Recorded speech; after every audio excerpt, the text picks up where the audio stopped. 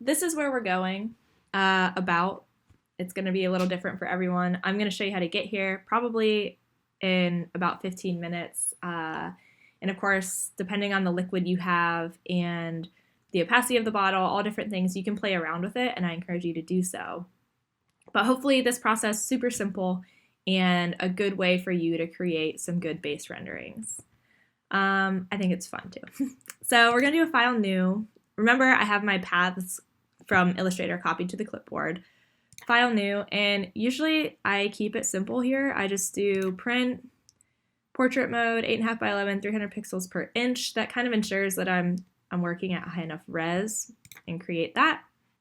White background, just because. Now, before I add any layers, I'm going to paste my paths, and I'm going to paste them as paths. So make sure it's not pixels. We want path here. And that looks pretty good. I am going to make it a little smaller.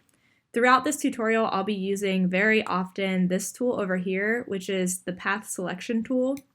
You can get there by pressing A. A conjures up also the direct selection tool. So just make sure over here, if you're pressing A and you're getting a white arrow, go over here and make sure it's path and not direct selection. It's just going to make it a little easier. So now I'm going to navigate over to my Paths tab, or on my Layers panel, and I'm going to double click to make sure I save this path. If it says work path, it's not automatically saved. It will like create a new path over that path next time you create use the pen tool. You don't want that. I'm going to call this master path. And I'm going to create a few subpaths just to make it a little easier for myself. So I'm going to select the bottle contour and the neck, that transfer bead. I'm going to do Command C for copy. Click off of this path because you don't want to paste it just back on top of that. You want to create a new path. Command V, and now we have a new path. I'm going to double click and save that as bottle. Okay. I'm going to do the same thing now for cap, deboss, and die line.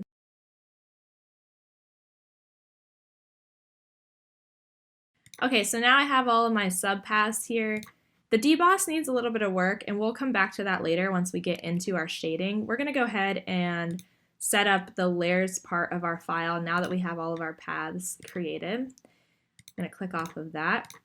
So I'm going to create 4 folders. I'm going to do a folder for shadows, and then I'm going to do a folder for bottle, liquid, and cap. And actually, I want the liquid below the bottle, so I'm going to pull that down here. And this is a good, oops, not in it, just below it. And this is a good way to get started. I'm going to start with my liquid folder. So I'm going to add a new layer, and then I'm going to go over to my paths, and I'm going to just right-click on this path, I guess, section over here to the right. I'm going to do a make selection, and I'm going to make sure it's feathered at 0 because I want a hard line here. And now liquid would realistically be sitting in from the outer contour that we're seeing a little bit because there's the clear plastic on the outside containing it. And so in order to mimic that visually, I'm going to do a select, modify, contract. I'm going to contract it by about 6 pixels. Okay. All right, and then, so that's good. I'm going to go back to my layers, and I'm going to pick a color. I like to kind of use my eyes and not the eyedropper tool because sometimes I feel like it's more trouble than it's worth. To pick like a rich brown is kind of the color of this agave syrup, the base color, and I'm just going to go ahead and fill this path. And then I'm going to go Command D to deselect, and I'm going to call this base fill. I don't really worry about spelling too much in Photoshop because it doesn't really matter. Okay, and then I'm going to do new layer, and I'm going to right click on this part of the layer section, because if I click here, it gives me just different options than if I click over here, and I want to create clipping mask. And what that's going to do is it's going to contain all of the pixels I create on layer 1 against these pixels in the base fill, and you'll see what I mean in a second. So what I'm going to do is I'm going to press B, and that gets me my brush tool. I'm gonna go back here. So now I have a brush tool. I wanna make sure it's just a simple brush, hardness at 0%, super soft brush.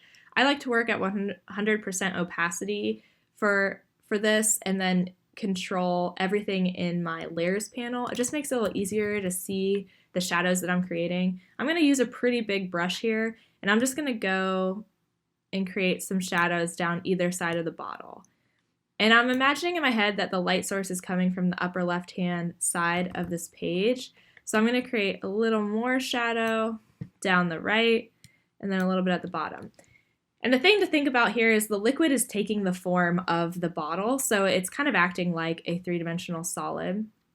I'm gonna just kind of fix that up, and then I'm gonna decrease the opacity down to about 40% here. So we got a pretty good shadow thing going on, maybe about 50 is better. Okay, now above that, I'm gonna create a layer that's called Glow. In most translucent liquids, this is like the part that makes it look a little more realistic. Most translucent liquids have some sort of glow, so like orange juice, honey, agave, any sort of like juice, even like shampoo, if you have, or like body wash, if it has a tint to it, you're gonna see some sort of like translucency, and it creates a different color because of the light. So I'm gonna choose a nice rich orange color. I'm just looking at my agave, and that's kind of the underlying color that I see. And I'm gonna take that same soft brush, and I'm just gonna go right down the middle. And I tend to like to use a big brush for laying down the color, and then I like to use my eraser. I'm gonna bump this opacity up to 100%. You can also just press 100 on your keyboard, and it will do that for you.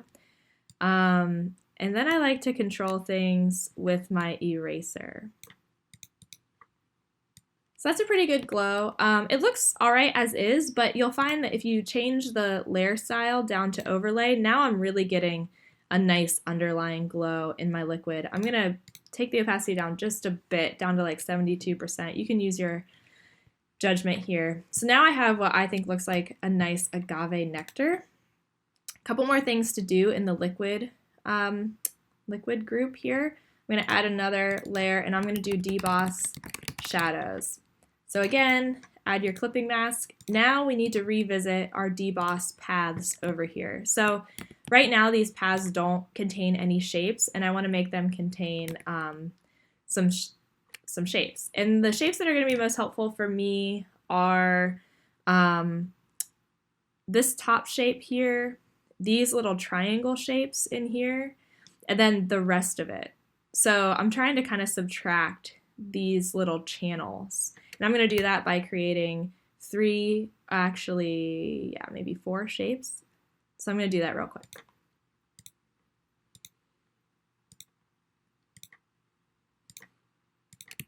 So what I just did is use the pen tool, which is over here, or P, to connect endpoints that were open. So now I have shapes that I can work with.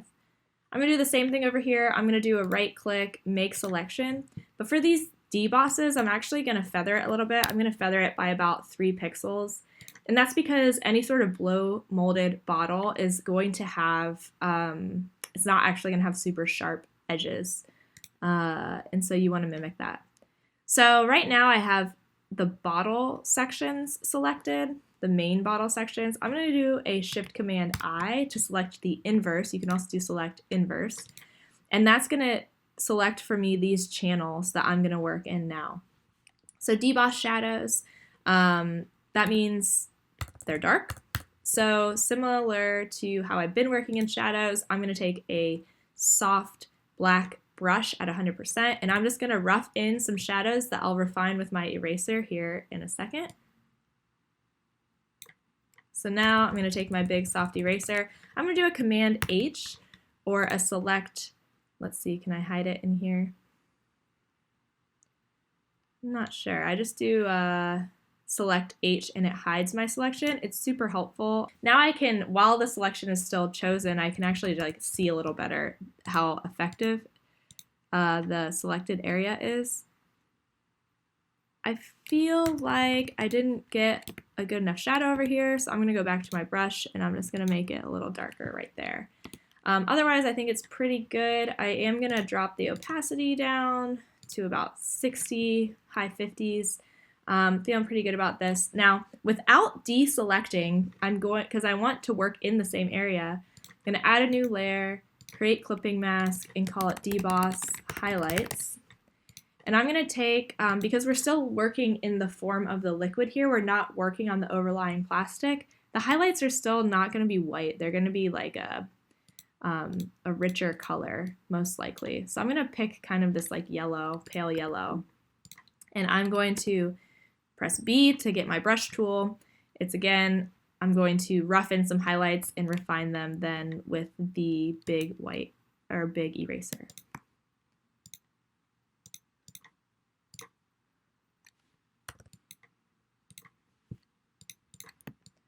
Okay, so that looks pretty good. Maybe a little more right there.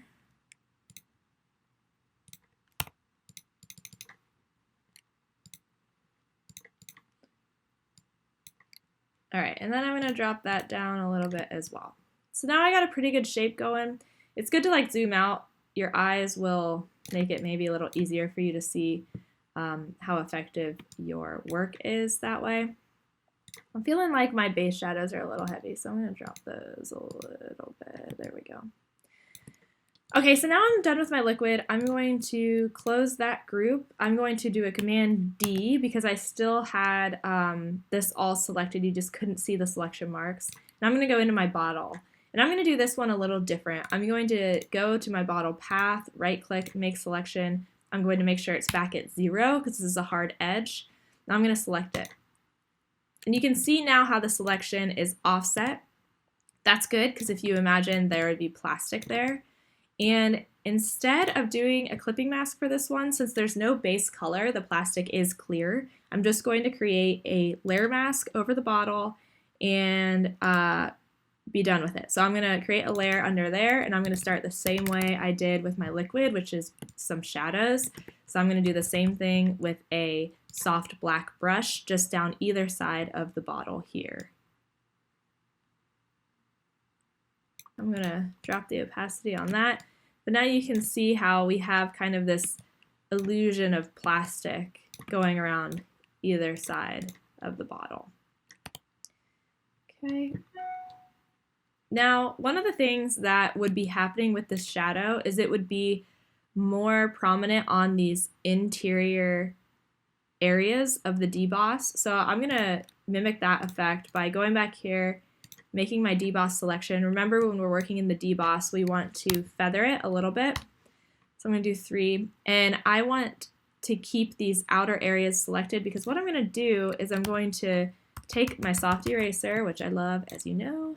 I'm going to do opacity 30% is about right. Huge eraser here. And I'm going to go ahead and erase some of that shadow. And again, if you hide, you can see it a little better. It's super subtle effect, but it will make a difference. I'm going to do the same thing just once on that side. Okay, now new layer, we're going to call this highlights, and we're going to do this one kind of differently. We're going to create a path that runs down as kind of like a core highlight down through the bottle, and I'm just kind of mimicking the side contour here. I'm going to take a fat white, this time, soft brush. You can give it a test, do a Command Z just to undo it. And I'm going to go here in my pass, right click, and do a stroke path. So actually what happened here is because I still had the inverse selected of this path, it did not add the highlight to these channel highlights and lowlights, and that's good because the highlights are going to hit there a little differently. This is going to make it look a little more realistic. So if you didn't still have that area selected, you could just go back and erase it using that same path. Super convenient. So I'm going to go in with my eraser. I'm going to pump it back up to 100% here, and I'm going to just work some similar magic of what I've been doing. It would fade out towards the bottom. And again, the plastic is white, so it would be a white highlight here. I'm going to work on this section a little bit independently with the neck finish, so I'm just kind of leaving that alone right now. All right, so that looks pretty, it's starting to look pretty good, like it has some form. Now, again, I'm going to do deboss shadows, and here I am going to do something similar where I just do a right click, make selection, and add some black shadows.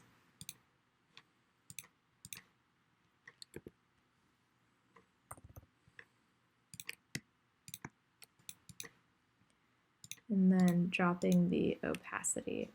Okay, and then I'm going to do deboss highlights. And this is going to be done also a little differently. I'm going to take my white brush again. I'm going to make it much smaller because I'm going to be stroking paths because these highlights are much more sharp. Plastic is much more reflective than the absorbent material of the liquid itself. So I'm going to go over here to my paths. I'm going to just right click and stroke the entire path. I don't want to simulate pressure just because I'm going to use my eraser. You could try it. It might work for you. Click off, and now that looks ridiculous, but again, true to form, I'm going to go in with my 100% soft eraser.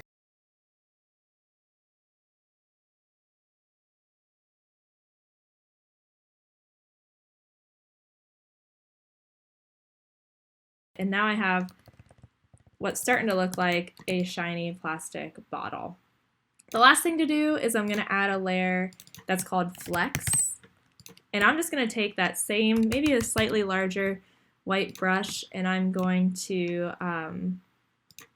just add some little dots. It's like, I don't know, it just like makes it look a little more realistic because it's a little more randomized. Anywhere maybe that feels right. So just like try to break it, try and see where it breaks and go from there. Now, I forgot, I didn't do anything up here on the neck finish. I'm going to add neck, and because I have my layer mask, I can just use my rectangular selection tool here, and I'm just going to do some really simple work here. I still have my white brush. I'm going to drop it down to 30%, give it a hit over here. I'm going to take a black brush, same thing, same layer, give it a hit over here, and that's pretty good. It creates some sort of differentiation there in that transition. If you're feeling fancy, you can make your black brush really small and give your transfer bead a little shadow there. Okay, so now I'm done with the bottle. Boom. Cap, let's see, cap, I'm gonna create a layer, select, 0, and I'm gonna just, again, use my eyes, make a judgment call here. I'm gonna do a fill. And then I'm going to use this, this shape, make a selection in my pass tool, and just add a little bit of, there's like a depression here that happens. I'm going to use a new layer, make this layer multiply, add a little bit of the same color as the cap here, make a new layer, take a white brush, add a little bit there, and then, let's see, right above that first layer, maybe add some similar highlights that I did to the neck and some similar shadows. And then one thing you want to do is all of these highlights and shadows, they wouldn't exist on the parting line where the cap opens, so go ahead and get yourself, press E for eraser or get the tool from here. I haven't said that yet. And you can either use your path, that line that you did, you can just follow it, because if you drop your eraser down and hold down shift and go across, it'll do the same effect. And that just kind of gives you the illusion of a parting line in your cap. And you can get as fancy or as not fancy as you want on that. You could add the horizontal line details. I like to just leave them as is. Super simple. Except I reversed this. So let's go back. Let's make that lighten, and we'll make this.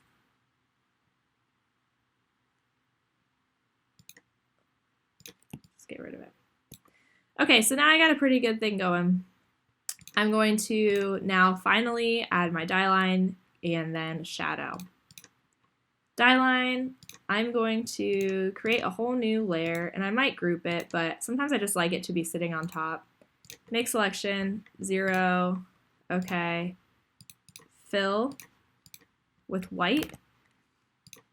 And then I'm gonna right click over here and convert it to a smart object.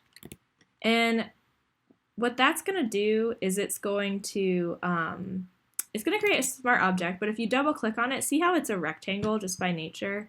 That kind of is not super convenient, because if I come in here and I add some blue and then do like a file, save, go back to my render, oops, wrong render. See how it doesn't contain it to the actual label? So what I want to do is I want to reselect my dye line path, and I'm going to give this smart object a mask. And so that way I can come over here and work in this. Even if I get rid of that bottom panel, it will only ever give me the pixels I want filled in here. So go ahead and undo that. And now you're ready to double click on that smart object and lay your artwork in here whenever you're doing a mock-up. You can create as many layers as you want in your smart object, so you can have tons of different concepts in here and really easily transfer between the different ones. It's a really, really easy tool. I'm sure you're all familiar with it, but just in case, this is a way to create one. All right, so I'm going to create a shadow. I'm going to create a new layer. I'm going to just like give myself kind of a hard line behind the bottle, and then I'm going to take a big, fat, soft black brush and just go like this, and then I'm gonna drop the opacity, and that is good enough. And there you have it.